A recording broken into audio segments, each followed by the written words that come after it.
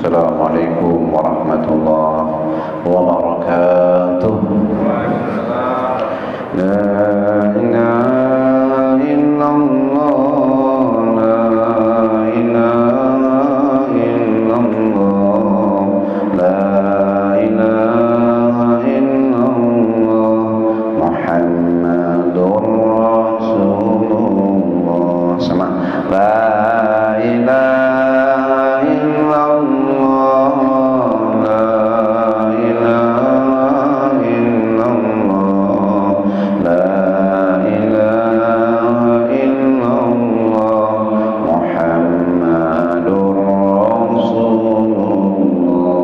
Hasbi Rabbi Jalallah, ma fi qalbi illallah, Nur Muhammad sallallahu, la ilaha illallah, la ilaha illallah, la ilaha illallah, la ilaha illallah, Muhammadur Rasulullah. Alhamdulillah Rabbil Alamin, nahmaduhu wa nasta'inuhu wa nastaghfiruh wa na'udzu billahi min shururi anfusina wa min sayyiati a'malina. May yahdihillahu fala mudilla lahu wa may yudlil fala hadiya lahu. Asyhadu an la ilaha illallah wahdahu la syarika lahu wa asyhadu anna Muhammadan abduhu wa rasuluhu la nabiyya ba'dahu. Allahumma salli wa sallim wa barik ala sayyidina Muhammad wa ala alihi wa ashabihi ajma'in. Amma ba'du. Hadratil mukarramin, para alim ulama, para asatid, segenap tokoh masyarakat, pengurus DKM Masjid Az-Zahra, pimpinan Yayasan Muhammad, Bapak Ibu seluruh jamaah salat subuh yang mulia dan dimuliakan Allah Subhanahu wa taala. Bersyukur kita kepada Allah dan mengucapkan alhamdulillahirabbil alamin. Allah himpun kita di majelis yang mulia ini. Allah tuntun kita, Allah bimbing kita, Allah berikan kenikmatan yang tertinggi, keimanan, dan yang terbesar kesehatan. Kemudian Allah berikan keamanan, jadikan negeri ini negeri yang merdeka, sehingga ibadah itu bebas, ngaji itu bebas. Alladzi at'amahum min ju' wa amanahum min khauf. Allah yang mengaruniakan makanan ketika kita lapar dan keamanan ketika kita takut. Zaman penjajahan orang ibadah nggak bebas. Kayak Nabi di Mekah terjajah oleh kaumnya sendiri, mau ibadah nggak bebas. Maka di Mekah Nabi nggak pernah ada Jumatan dulu sebelum hijrah. Hijrah ke Madinah diadakan Jumat pertama kali, sholat berjamaah juga nikmat. Nabi di Mekah belum ada sholat jamaah, sampai akhirnya ada perintah hijrah. Dan yang mendahului itu Mus'ab bin Umair, di Madinah diadakan jamaah duluan. Nah, disitulah pentingnya kemerdekaan untuk bebas beribadah, dan ini terjadi juga atas berkat rahmat Allah yang Maha Kuasa. Karena rahmat Allah, dan panjenengan ini termasuk hamba-hamba yang dipilih mendapatkan rahmat Allah. Para pahlawan itu enggak semata-mata membela tanahnya. Kalau membicarakan membela tanah yang dirampas penjajah, enggak. Dia adalah lillahi kalimatillah, karena mereka ngerti benar mangkutila duna malihi fahuwa syahid. Siapa yang terbunuh membela hartanya, tanah airnya, kepemilikannya, dia mati syahid. Nah, kita doakan sebelum kita mulai para pahlawan, semoga Allah angkat derajatnya, Allah muliakan mereka di sisinya, Allah jadikan kuburnya termasuk kubur yang menjadi raudhah min riyadil jannah, taman-taman surga. Dalam anak cucunya diberikan tambahan iman dan Islam, baik pahlawan yang tertulis maupun yang tidak tertulis. Karena banyak yang nggak tertulis di dunia, tapi tertulis di akhirat, nggak tertulis di bumi, tapi tertulis di langit. Bila hadratin Nabi Mustafa sallallahu alaihi wa azwajihi wa ila man wala jami'an lahumul fatihah. A'udzu billahi minasy syaithanir rajim. Bismillahirrahmanirrahim. Alhamdulillahi rabbil alamin. Ar-rahmanir rahim. Maliki yaumiddin. Iyyaka na'budu wa iyyaka nasta'in. Ihdinas siratal mustaqim. Siratal ladzina an'amta 'alaihim ghairil maghdubi 'alaihim waladdallin. Amin. Ya, termasuk kakek saya itu meninggal ditembak sama Belanda pulang dari musola gitu. Di jembatan Ngerau, kata ibu, pulang-pulang ditembak dor, nggak tahu dikira mata-mata atau apa gitu. Orang pulang dari musola ditembak gitu aja, mati aja, cuman nggak tertulis gitu. Nggak sebagai pahlawan, karena nggak semua yang mati di dor itu sebagai pahlawan, cuman yang terkenal aja. Maka sesungguhnya negeri ini sudah lama berjuang melawan penjajah dan sudah banyak pahlawan yang meninggal. Maka tasyakuran kemerdekaan harus benar-benar memiliki makna yang itu membawa maslahat buat yang sudah wafat maupun yang masih hidup. Apa yang kebayang yang sudah wafat itu, para pahlawan, arwahnya ketika melihat ini tasyakuran kemerdekaan kok isinya joget-joget gitu, kok isinya saweran misalnya, ternyata tasyakuran tapi isinya takafuran.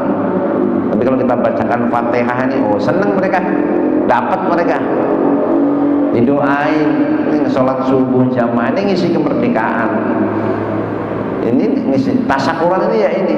Ketika Nabi Musa bertanya kepada Rabbnya, ya Rabb, bagaimana aku bersyukur kepadamu? La'in dzakartani faqad syakartani.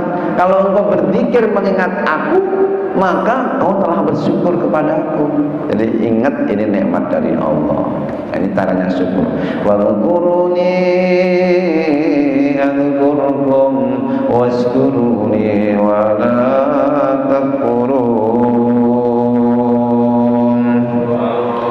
Berzikirlah kalian kepadaku, bersyukurlah kepadaku, washkuruli wala takfurun, janganlah kalian kufur. Jadi isinya syukur itu ya, kalau kamu ingat Allah, zikir qalbi dengan mengingat Allah, ini nikmat dari Allah.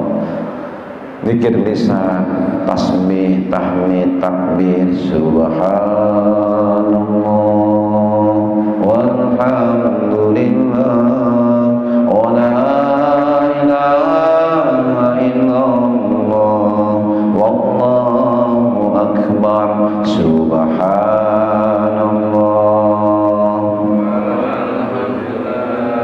wa la ilaha illallah wallahu akbar, subhanallah.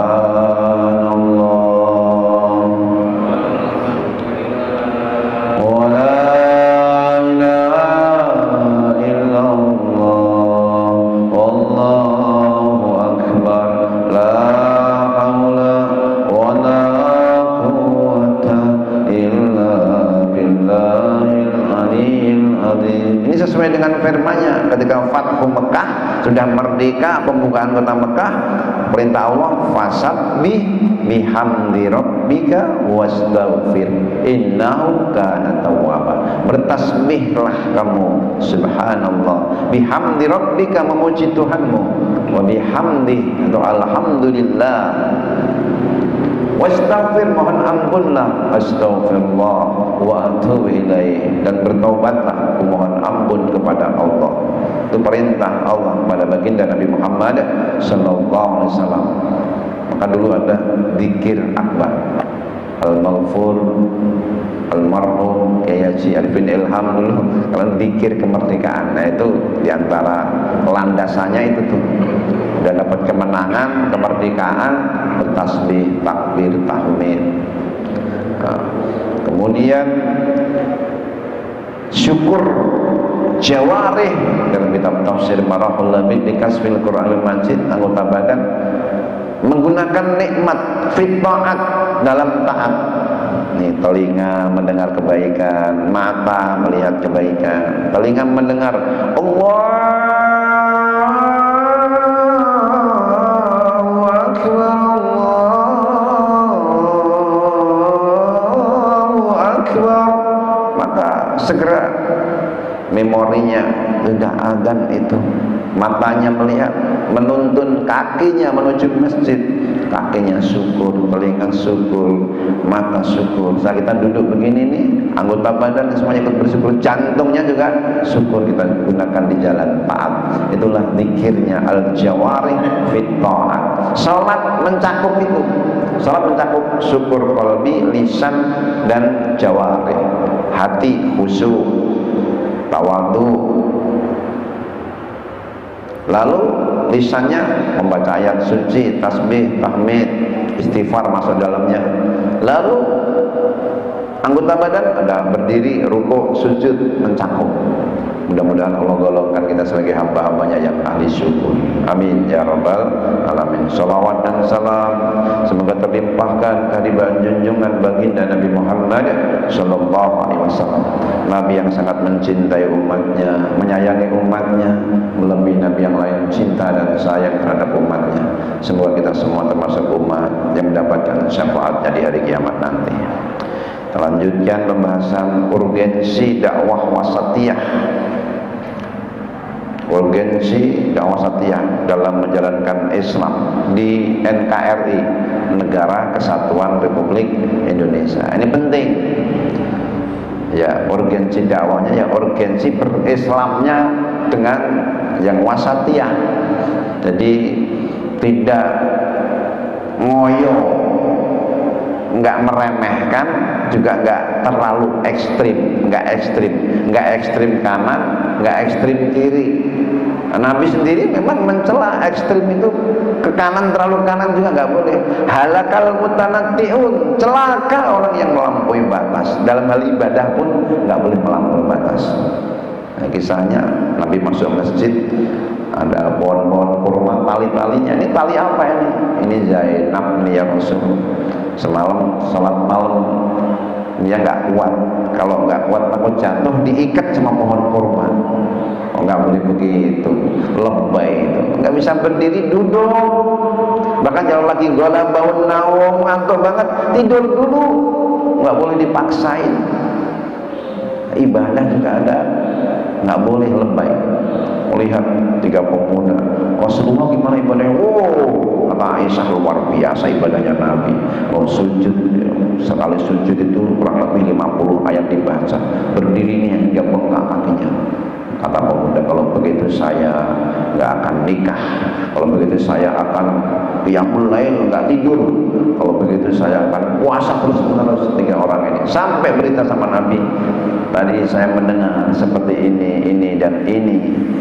Kalian yang mengatakan nggak akan nikah, nggak akan tidur, sholat terus, nggak akan berbuka, puasa terus, akulah atqakum, yang paling takwa di antara kalian. Aku menikah, aku sholat malam, dan aku tidur juga, aku puasa dan kadang-kadang berbuka juga. Nggak boleh lebay dalam ibadah, nggak boleh juga berkekurangan, meremehkan juga nggak boleh. Dalam dakwah wasatiyah, ulama-ulama kita telah memberikan teladan, termasuk berpaham nih Oh, semua harus menggunakan agama, harus menggunakan dalil, menggunakan ayat. Ya, ayat dipakai, hadis dipakai, tapi prakteknya kita harus membuat peraturan-peraturan yang rinciannya itu bukan dari Quran itu.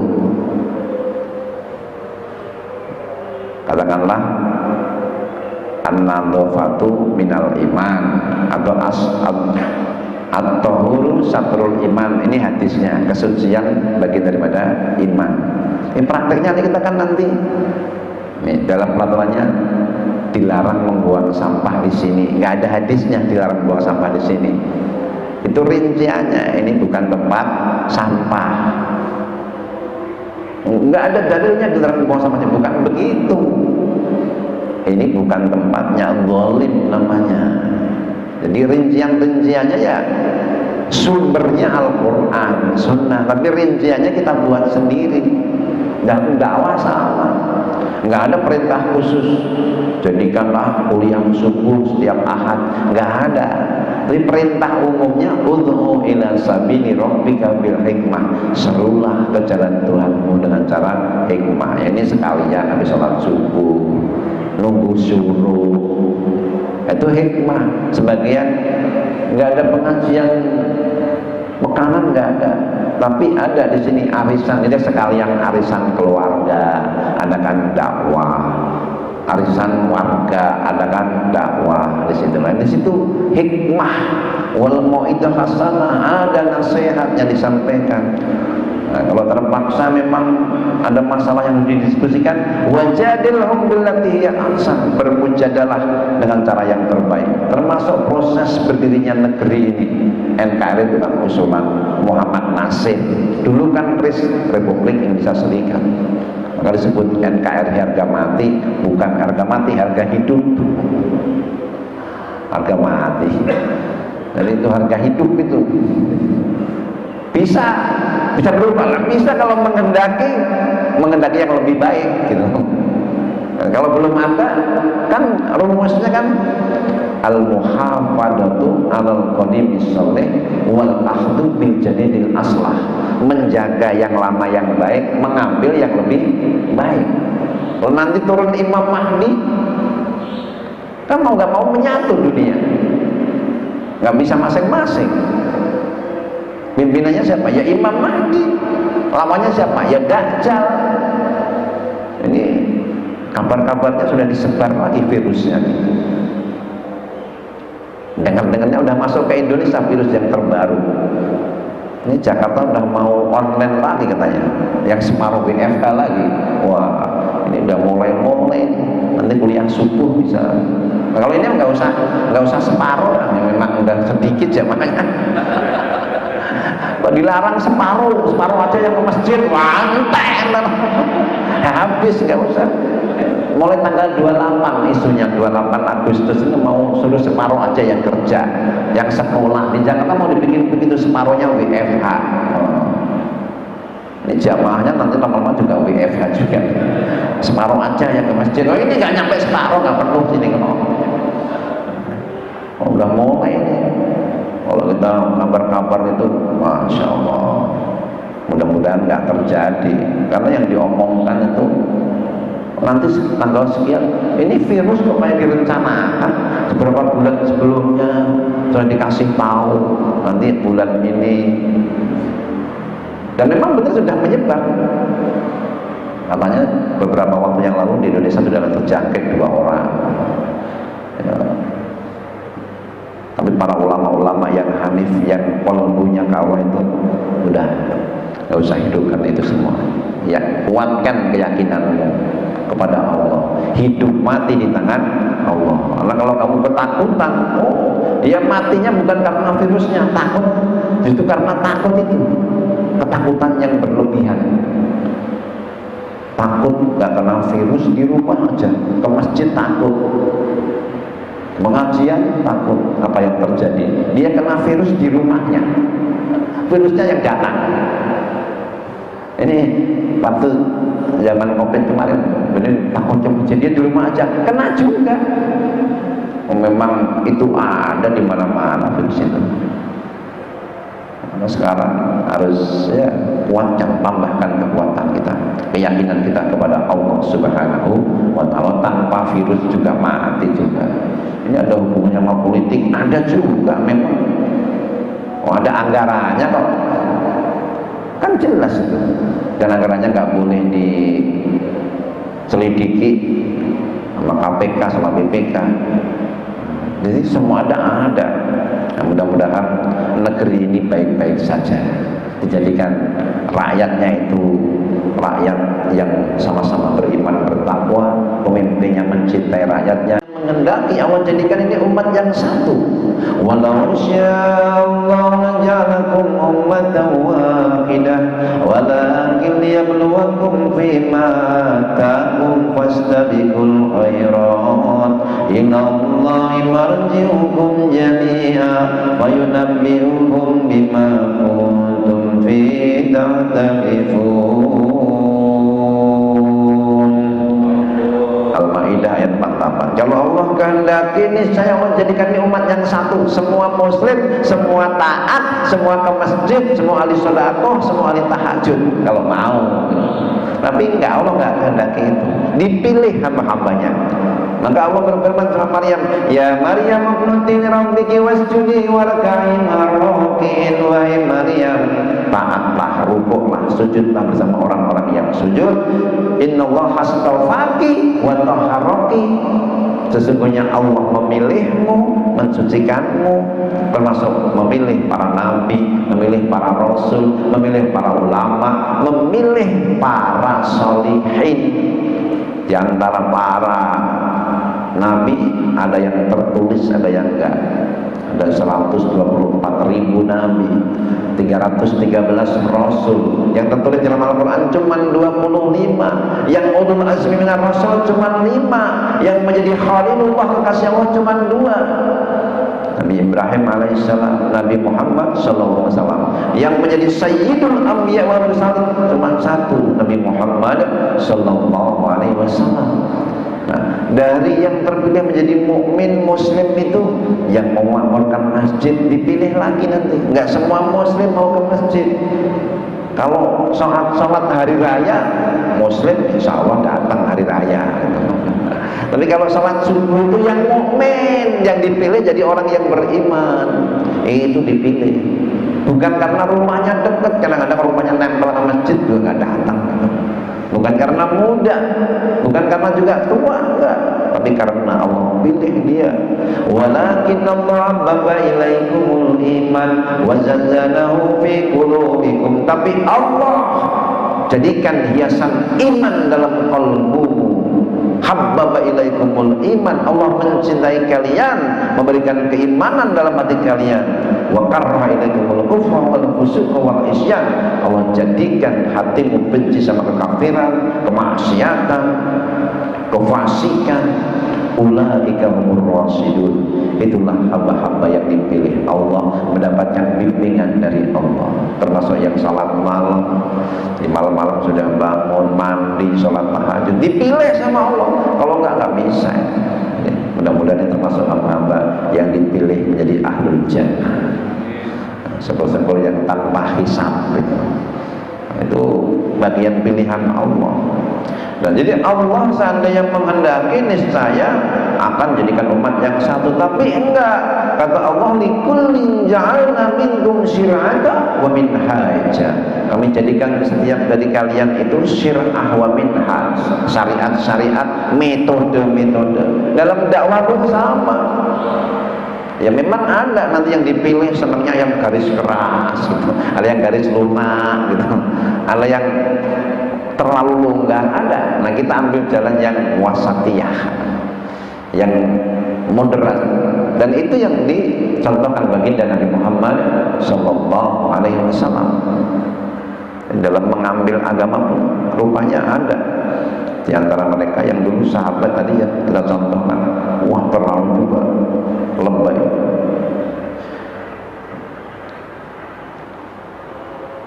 Tapi Allah kehendaki kita ini memang menempuh jalan syariah yang beda-beda, metode yang beda-beda.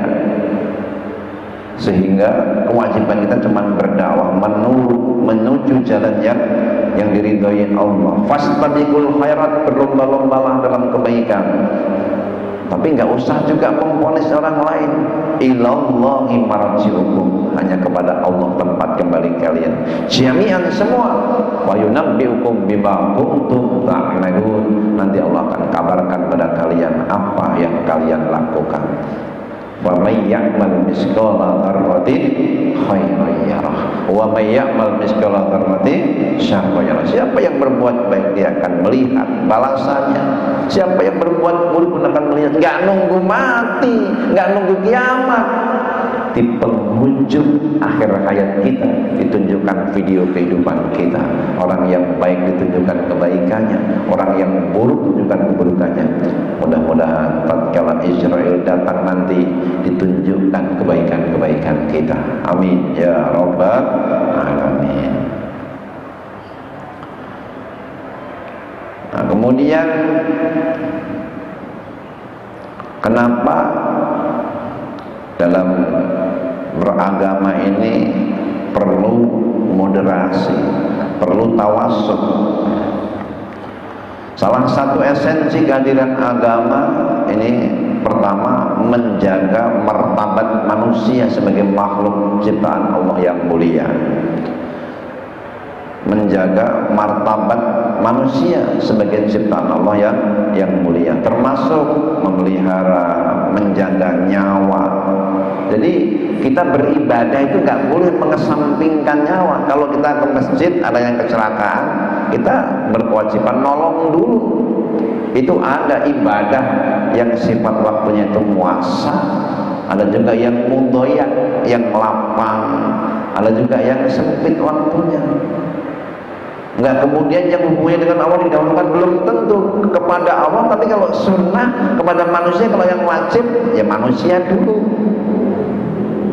Ya, contohnya dalam hal puasa, suami istri itu kalau istrinya kok suaminya di rumah, dia mau puasa, dia mau baca Quran, dia mau sholat malam, suaminya di rumah, dia lagi sholat baru 2 rakaat, suaminya dehem-dehem, deketin itu. Kenapa? Dia sholat sunat.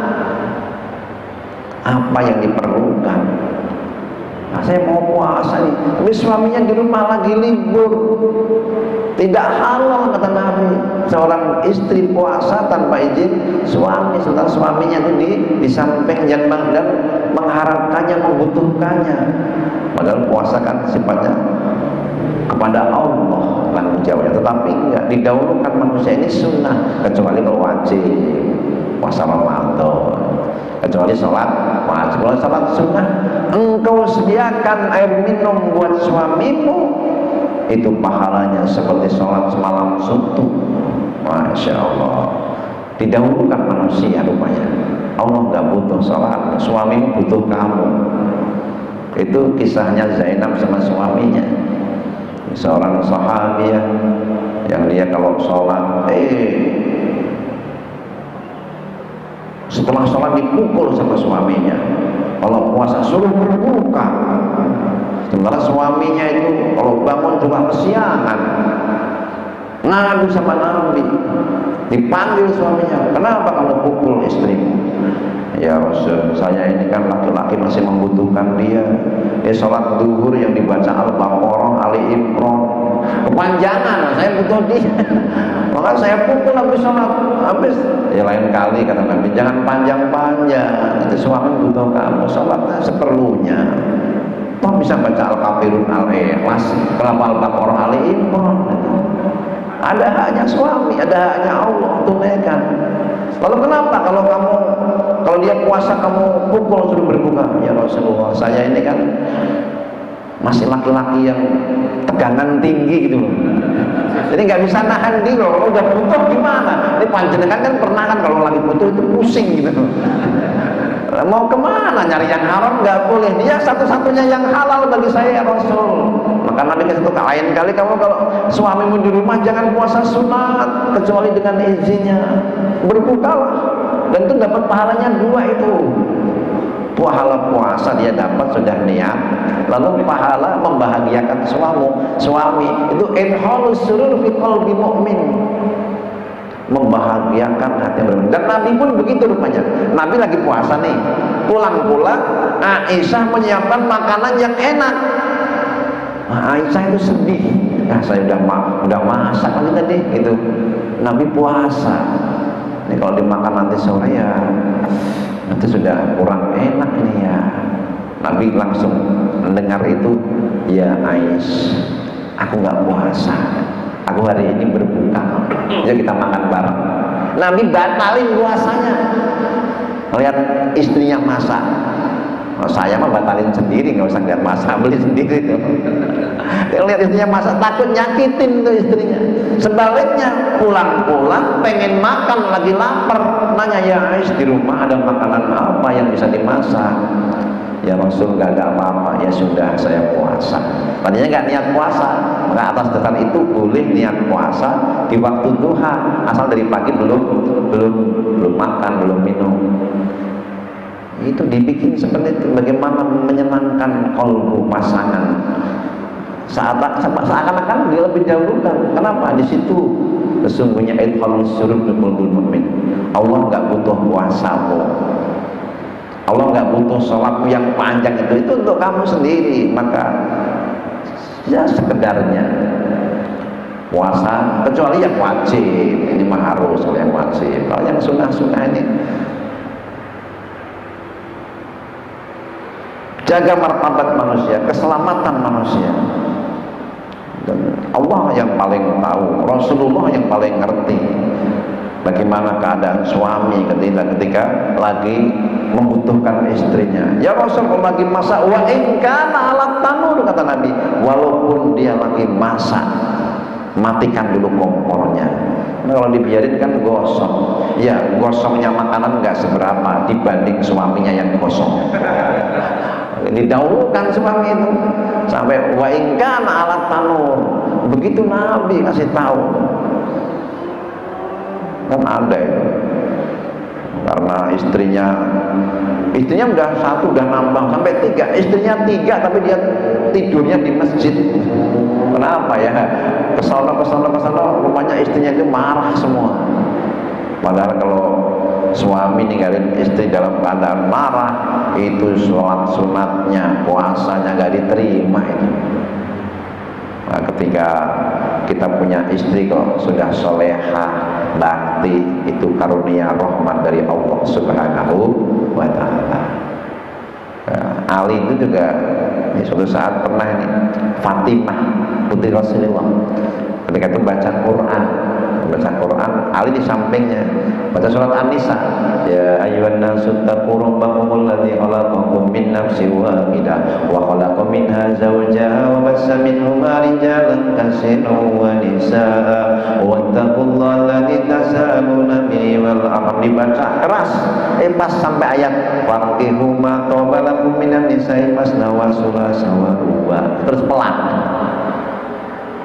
Ketika membaca ayat ta'adud yang poligami pelan, tapi Ali ngerti persis nih. Oh, itu kan ayatnya ayat poligami itu. Mungkin Fatimah khawatir. Kalau ini kan nikahilah wanita yang baik 2, 3 atau 4, dipelanin.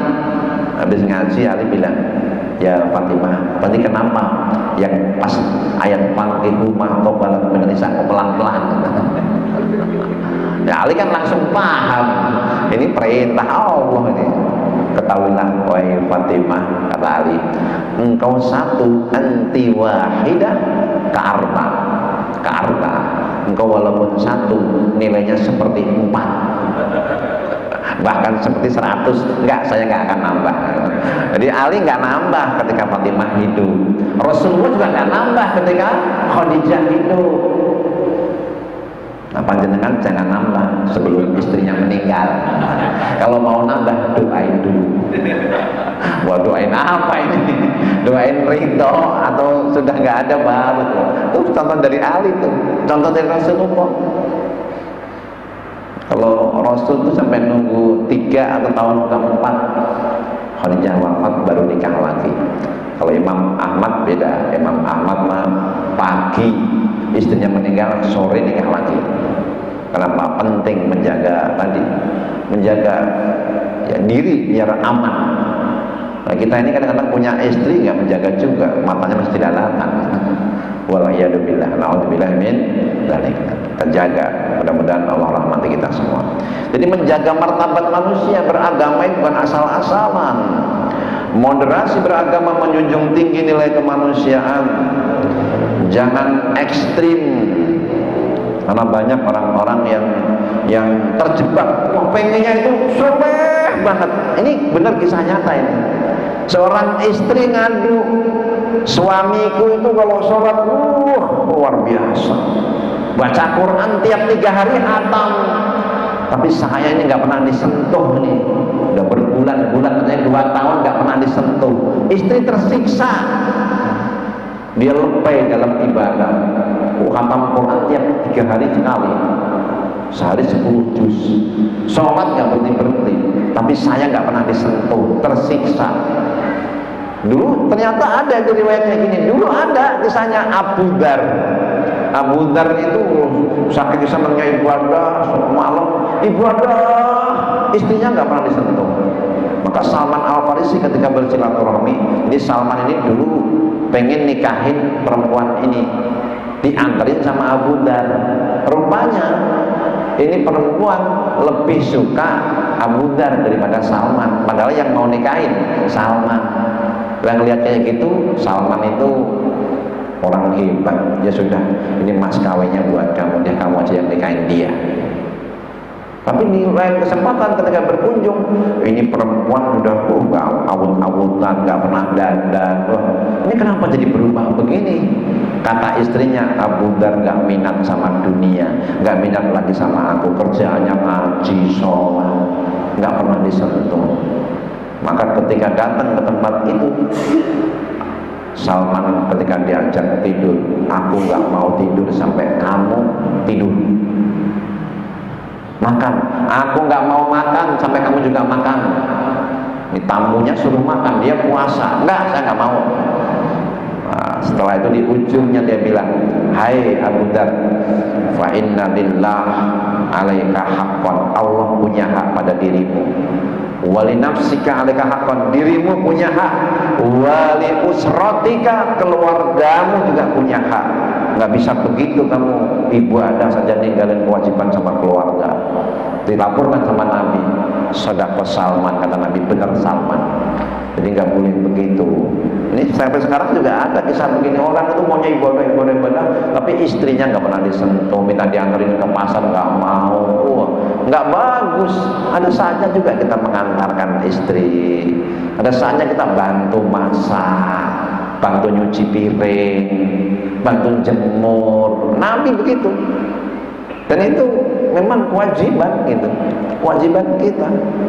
Nah, kewajiban istri taat sama suami, kewajibannya kita bantu dalam segala urusannya.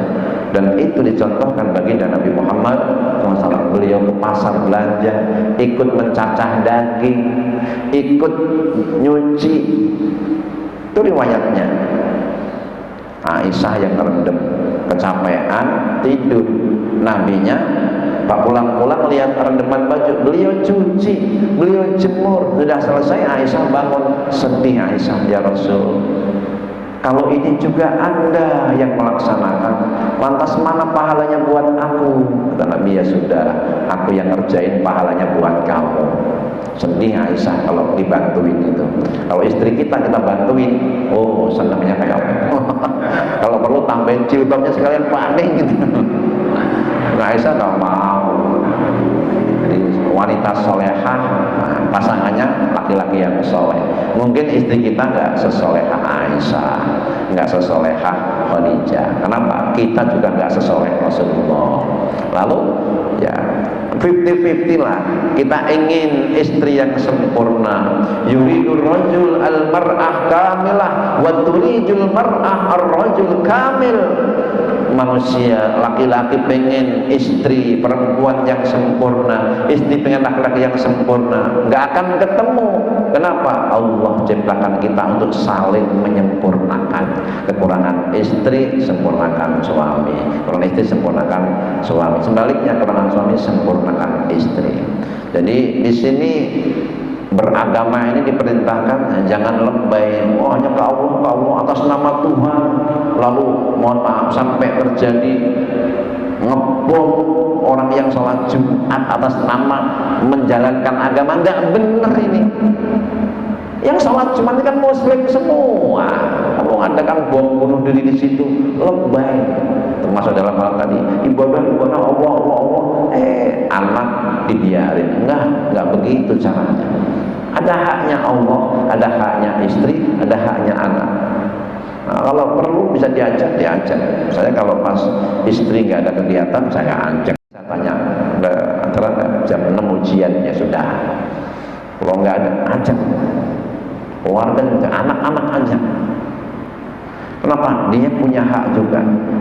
Nggak bisa meremehkan kemanusiaan, kemudian pengen berada di jalan Tuhan. Nabi mau sholat Id, ada anak nangis.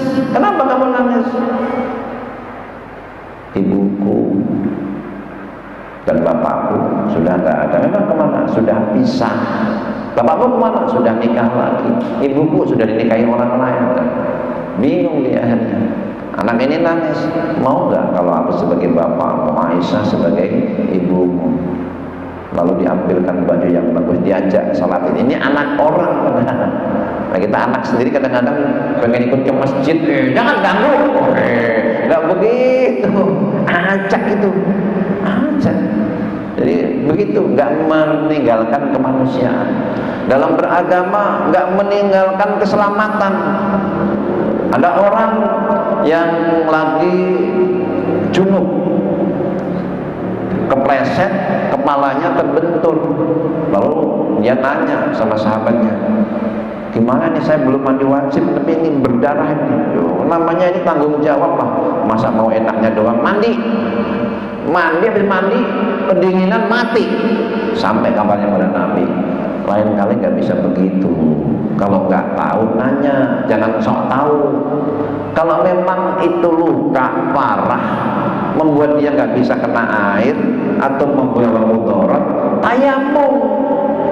Fatayammamu sa'idan thayyiban famsahu biwujuhikum wa aydikum. Wa in kuntum marda, kalau kamu sakit, aw ala safarin di perjalanan, aw falam tadi cuma nggak ketemu air, maka itu cukup tayamum. Junub bisa diganti dengan tayamum. Di situ yuridullah bikumul yusra, Allah kehendaki yang mudah. Jadi nggak boleh juga suami misalnya lagi meriang gitu, meriang tapi pengen gitu, meriang tapi pengen. Nah itu istri, wah nanti mandinya gimana? Ya itu mah urusan saya bisa tayamum. Boleh. Tayamum bisa gantiin junub, gantiin mandi wajib. Memang bisa, ya bisa aja. Memang dia bisa mengganti wudu, bisa mengganti mandi wajib. Jadi nggak usah dibikin susah. Itu sahabat tadi perintahnya suruh tayamum, yang kepalanya berdarah itu seharusnya. Kemudian dia dipaksa mandi. Gitu. Ya, orang kadang-kadang kan yang sakit fisiknya, tapi ininya nggak sakit, maka boleh itu tayamum solusinya.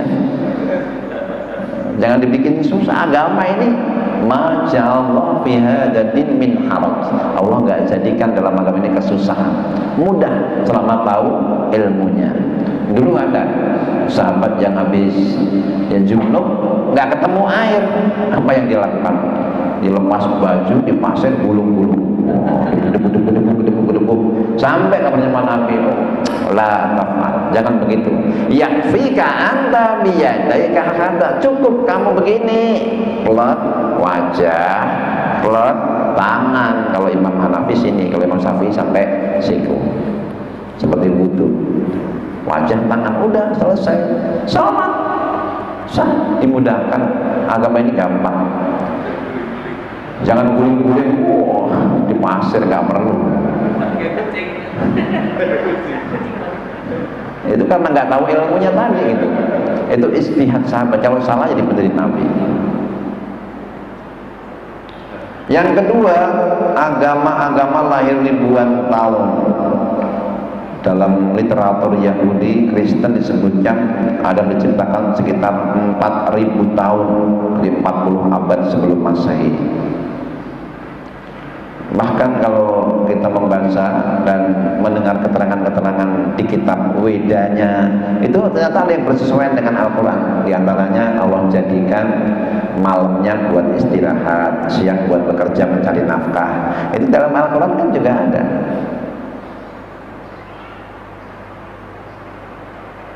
Dalam kitab Suhuf Ibrahim, Suhuf Musa, itu bersesuaian, baik yang tertulis dalam kitab-kitab Samawi atau yang kita belum bersepakat di kitab Samawi, itu ternyata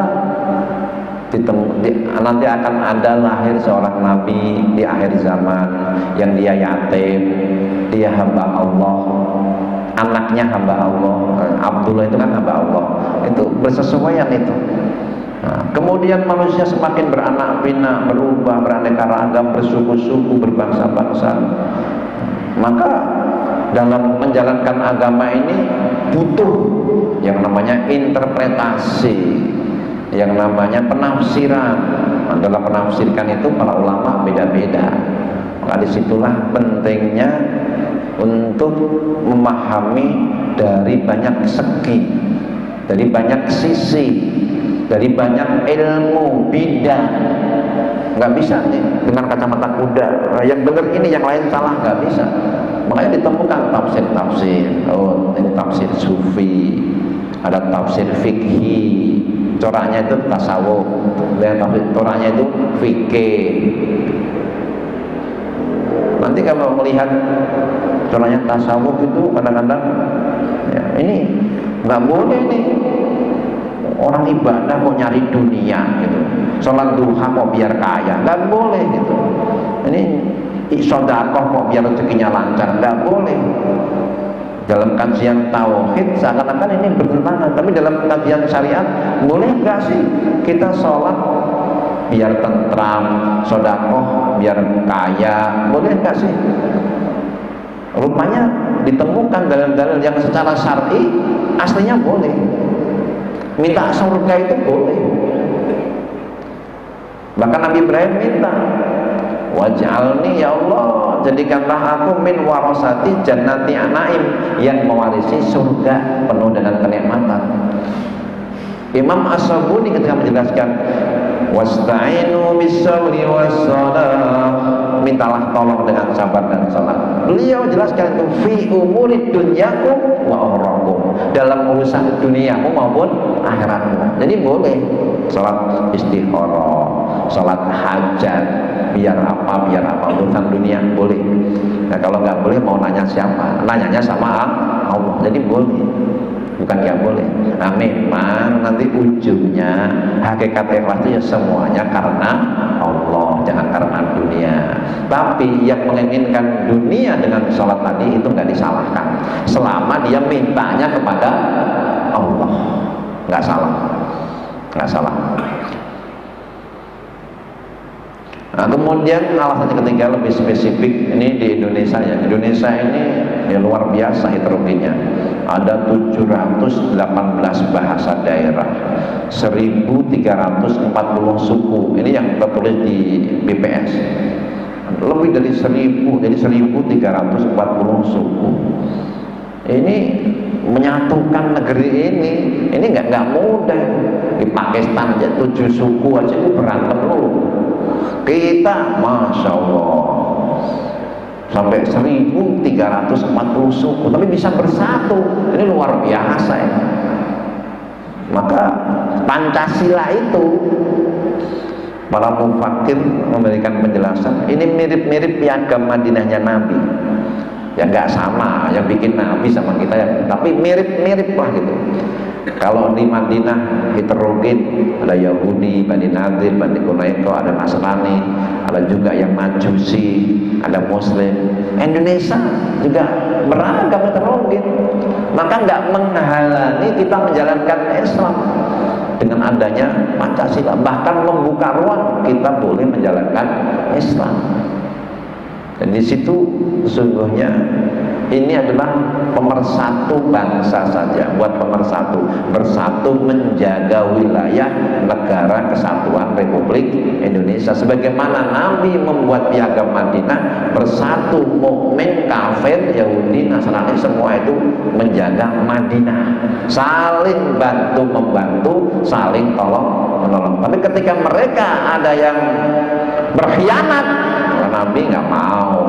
Diusirnya Bani Nadir, Bani Quraidah dari Madinah karena mereka berkhianat, hendak membunuh Nabi, hendak memusnahkan kaum muslimin. Kalau nggak berkhianat, mereka tetap berlaku itu perjanjian, karena mereka berkhianat saja.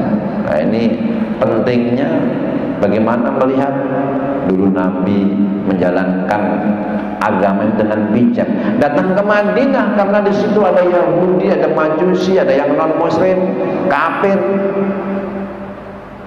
Nggak semuanya Muslim. Nabi nggak bilang ayyuhal muslimun, nggak ayyuhal mu'minun, nggak ayyuhan nas, wahai manusia.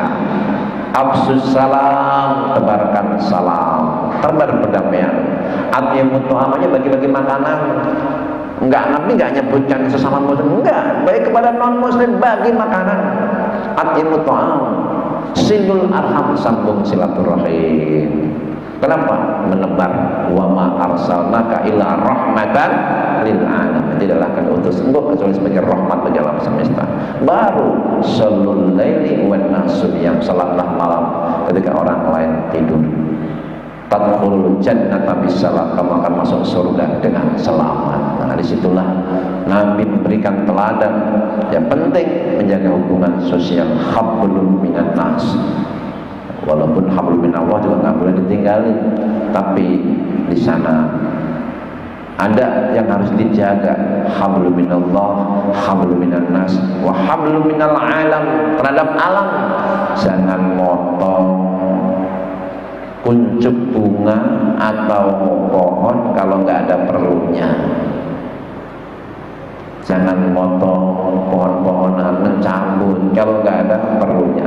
Nah, pohon-pohonan itu bertasbih, bertahmid, dan jaga alam.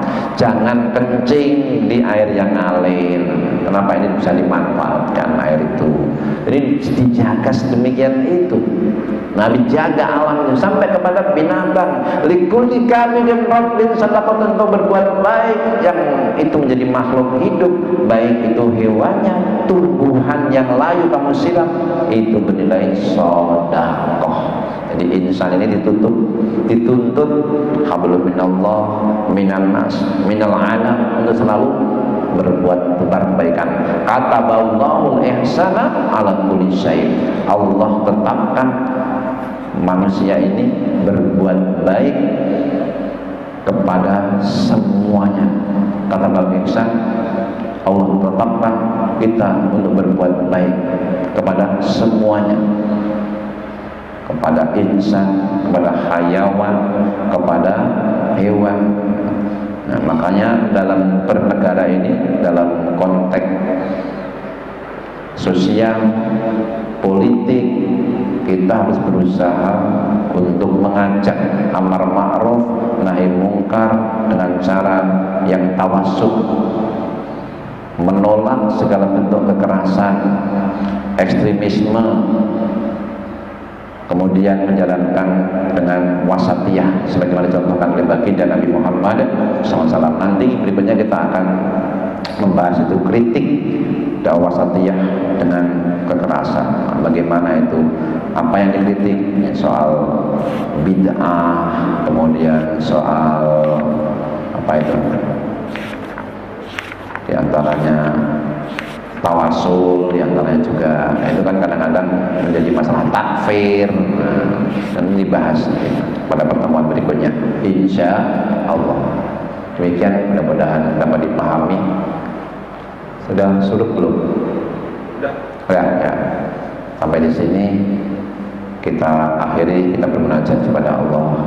Astaghfirullah Rabbal baraya, astaghfirullah minal khataya, astaghfirullah Rabbal